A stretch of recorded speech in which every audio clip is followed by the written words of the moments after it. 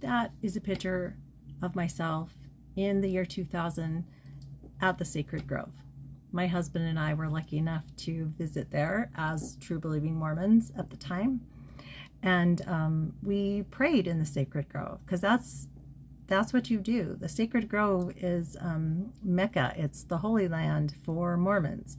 And we were lucky enough to get to go there. And we prayed, and my prayer was that I knew I was pregnant, and very, very early on in my pregnancy. So I prayed for a healthy baby girl, because I already had 4 boys. And at this point, if my girl didn't come, I was going to go crazy. So I prayed in the Sacred Grove, and that prayer was answered. I got my girl. So church must be true. Turns out, though, after I left the church, discovered some things about the Sacred Grove. In fact, that whole story of the first vision, chances are it never, ever happened the way the church led me to believe that it happened. As a Mormon, there are 4 things that you have to believe about Joseph Smith and the Sacred Grove. Number 1, you have to believe that he saw God the Father, Jesus Christ, that they both appeared to him in the flesh.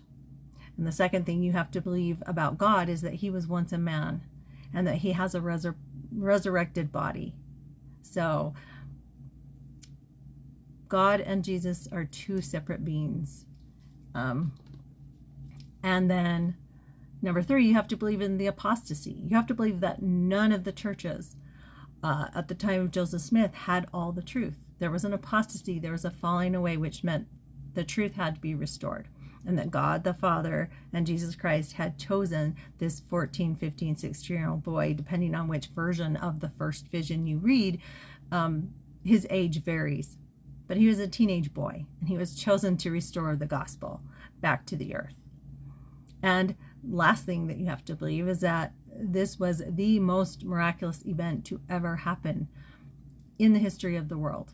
God the Father literally came down with his son, Jesus Christ, and appeared in front of a 14-year-old boy. And how he tells the story, right before that happened, he was possessed by demons, by a darkness, by a force that was greater than any force he'd ever known before.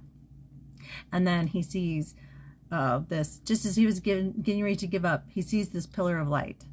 Well, in the Bible, it tells us Satan can appear as an angel of light.